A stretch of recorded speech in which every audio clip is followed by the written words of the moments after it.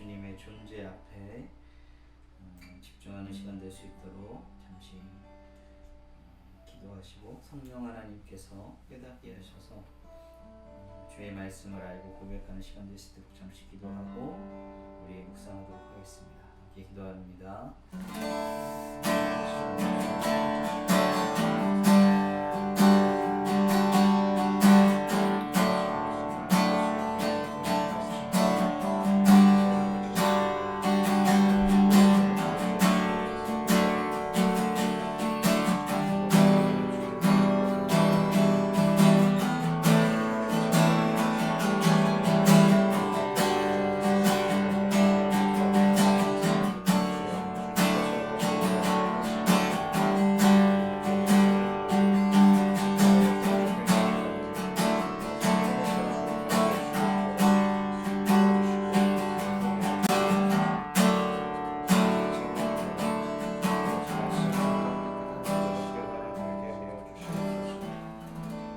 모든 것을 내려놓고 주님을 바라봅니다. 주님의 말씀 가운데에 생명을 얻고 주님을 바라보고 주님 앞에 세움받는 복된 시간 되게 하여 주시옵소서. 예수님의 이름으로 기도합니다. 아멘.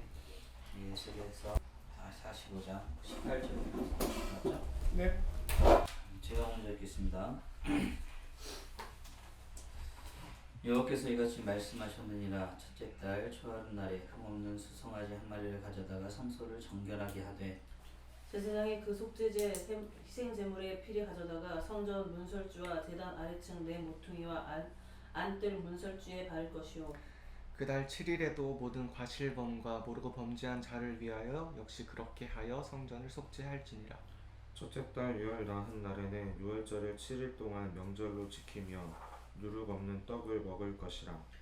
그날에 왕은 자기와 이 땅 모든 백성을 위하여 송아지 한 마리를 갖추어 속죄제를 드릴 것이요, 또 명절 7일 동안에는 그가 나 여호와를 위하여 번제를 준비하되 곧 이래 동안에 매일 흠없는 수송아지 7마리와 순양 7마리이며 또 매일 순염소 1마리를 갖춰 속죄제를 드릴 것이며 또 소제를 갖추되 수송아지 한 마리에는 밀가루 한 에바요 순양 한 마리에도 한 에바며 밀가루 한 에바에는 기름 한 hin씩이며 일곱째 달 15째 날에 7일 동안 명절을 지켜 속죄제와 번제며 그 밀가루와 기름을 드릴지니라.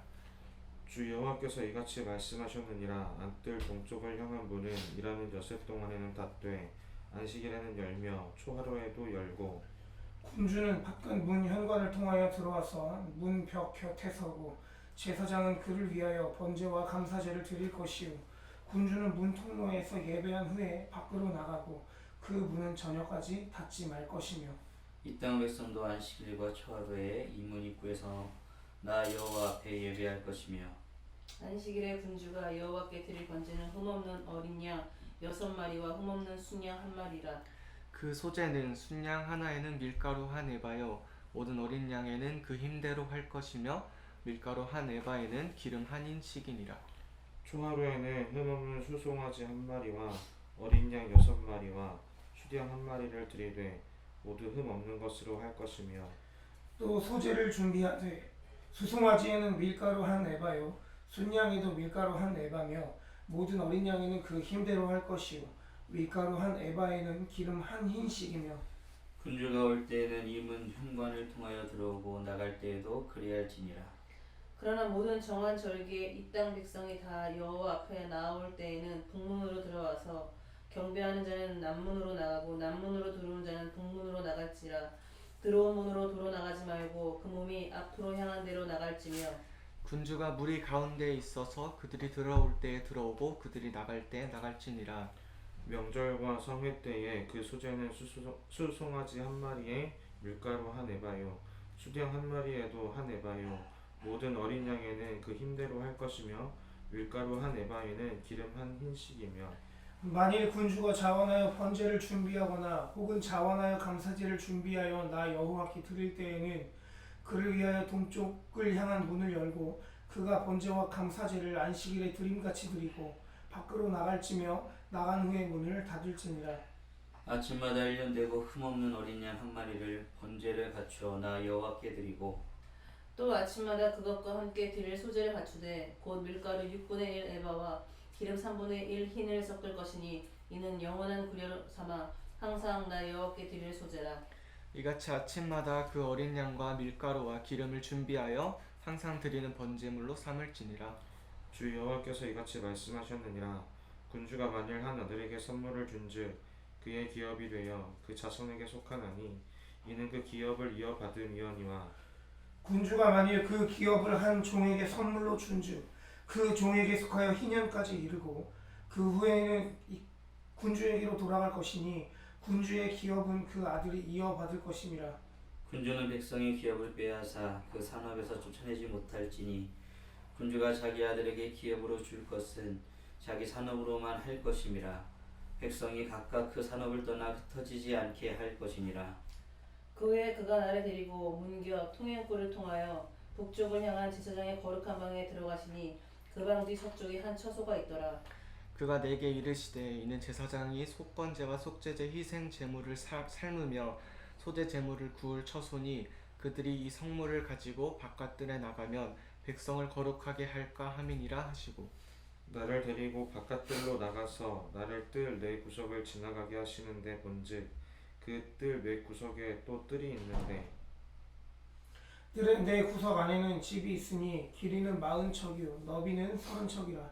구석의 네 뜰이 같은 크기며 그 작은 넷들 사방으로 돌아가며 부엌이 있고 그 사방 부엌에 삶는 기구가 설비되었는데 그가 내게 이르시되 이는 삼는 부엌이니 성전에는 수종드는 자가 백성의 제물을 여기서 삶을 것이니라 하시더라. 아멘. 네, 제가 오늘 본문에서 묵상한 하나님의 모습은 자기 백성이 정결하기를 원하시는 분이다. 어쨌든 제사나 안식이 아니면 이런 것들은 전부 다 우리가 죄를 지을 것이라는 걸 전제로 만들어진 법이잖아요. 우리가 어쨌든 불완전하고 죄를 지을 수밖에 없기 때문에 그 죄에 대해서 어떻게 해결할 수 있을 것인가를 사실은 하는 거라고 생각을 해서 하나님이 우리를 정말 정결하게 원하셔서 제사를 회복하시고 또 오늘날로 보면 예수님께서 우리의 정결함이 되어 주신다. 그래서 나는 과연 그것에 합당한 삶을 살고 있는가? 그냥 예수님 때문에 나는 아무렇게나 먹살아도 된다가 아니라 정말 그것을 감사하는 마음으로 하나님 앞에서 정결한 삶을 살고 있을까에 대해서 생각을 하고 있었습니다. 그래서 본문을 좀 더 묵상을 해야 되긴 할 건데 하나님 앞에 부정한 나의 모습들을 좀 돌아보고 오늘은 그것들을 꺼내놓고 또 회개하는 하루를 보내야겠다라고 묵상했습니다. 저는 오늘 말씀을 묵상하면서 제사 가운데 질서를 정하시고 또 흠이 없는 제물을 요구하시는 하나님의 모습을 보게 되었습니다. 다양한 제사들이 있는데 그 다양한 제사들에 따라서 제물을 무엇으로 할지 또 들어가고 나가는 건 어떻게 할지를 자세하게 말씀하시는 그 하나님의 모습을 보면서 마치 어떤 행사를 준비하는데 만들어진 큐시트를 글로 읽고 있는 것 같은 그런 느낌도 들었는데요. 그때 우리에게 정말 이 준비물이 제대로 준비되어 있는가를 좀 묵상하면서 진짜로 모든 예배들 가운데 최선을 다해 준비하고 있는지 또 거룩한 하나님 앞에 드릴 흠없는 제물이 나에게 있는지를 좀 돌아보았고요. 주님 앞에 드리는 모든 예배 가운데 더 준비된 모습으로 예배할 수 있는 사람이 되기를 원합니다. 이렇게 정리하면서 묵상을 마쳤습니다. 이상입니다. 이것으로 봐서 느낀 거는 하나님께서 기뻐하시는 예배를 드려야 한다라고 묵상하게 되었고요. 예배를 드리지 않아서가 아니라 하나님께서 기뻐하시는 예배가 아닌 자신이 원하는 대로 예배를 드린 모습이 있었기에 자신의 예배를 돌아보고 하나님께서 기뻐하시는 예배를 드릴 수 있도록 노력하면서 나아가야 되겠구나. 그러므로 하나님의 믿음의 자녀로 하나님을 기쁘시게 하는 삶을 살기로 결단할 수 있었고 굉장히 어려웠던 말씀이었는데 사실 좀 예배에 대해서 한 번 더 점검할 수 있었고요.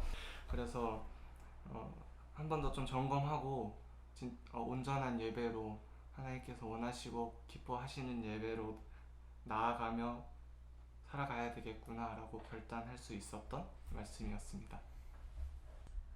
우리가 먼저 준비하면서 예배에 대해서 우리가 어떻게 예배를 드리고 있었고 또 예배를 드려야 되며 앞으로 막 변화무쌍한 삶 속에서 예상치 못한 일들이 벌어지는 일상 속에서 우리가 정말 놓치지 말아야 되는 예배 무엇인지 좀 묵상했으면 좋겠다. 오늘 본문을 통해서 좀 그렇게 묵상했습니다.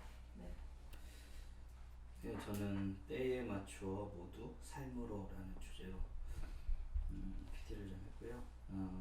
말씀엔 크게 두 가지 내용이 좀 흘러가고 있는데 하나는 예배에 대한 부분들, 때에 따라 예배해야 된다는 것이었고 또 하나는 그 안에 중심적으로 계속 이야기되는 것이 군주였습니다. 네, 군주의 이야기를 하면서 먼저는 6월절 절기 중에 백성들을 위해서 속죄제를 드려야 한다라고 45장에 말씀하고 46장에는 군주 너의 기업을 누구에게 물려줄 때를 조건으로 이야기하시면서 다른 이의 백성의 기업을 빼앗아 자신의 아들에게 줄 수 없다라는 견지로 쭉 말씀하고 있습니다. 예배는 무엇일까 많이 이야기하고 하지만 저는 개인적으로 놓치고 있는 것이 이것이다 라고 생각을 하는데 예배는 하나님께서 원하시는 것이다 라는 사실입니다. 당연한 소리를 하는 것 같지만 예배는 하나님께서 준비해 놓으신 것이 있다. 하나님이 행하실 것을 준비하고 계시다 라는 전제로 진행되어지는 것이죠. 속죄제를 드렸을 때 하나님은 무엇을 하실까? 속건제를 드릴 때 하나님은 무엇을 하실까? 화목제를 드릴 때 하나님은 무엇을 하실까? 유월절을 지낼 때 하나님은 무엇을 백성들로 하여금 알게 하실까? 하나님은 예배할 수 있다라는 전제, 하나님이 예배를 원하신다라는 전제는 그런 것들을 기반으로 이야기 되어야 되는 거죠. 구원, 속죄, 속건, 회복, 하나됨, 평화 같은 것들이죠. 그래서 그런 의미에서 삶과 전혀 동떨어질 수 있는 것이 아니라는 것입니다. 하나님은 지금 때에 맞춰 모두의 삶이 하나님 앞에 사라지고 그것으로 예배하기 원하시는 모습을 하나님께서 원하신다라고 묵상하게 되었습니다. 하나님은 때에 맞게 모든 백성이 하나님을 고백하기 원하십니다. 그것에는 군주도 예외는 아니었던 것이고 자신의 역량 안에 가장 많은 결정을 할 수 있는 그도 삶의 문제도 여전히 하나님 앞에 드려져야 되는 것이다 라는 전반적인 흐름 가운데 묵상을 하게 되었습니다. 그래서 개인적인 적용은 삶으로 차분히 하나씩 천천히 예배하자라는 묵상을 하게 되었어요. 어둠을 밝히는 빛 나 되기 원하네. 아버지여 나를 사용하소서. 주님이 찾으시는 주님이 바라시는 예배자의 삶을 살게 하소서.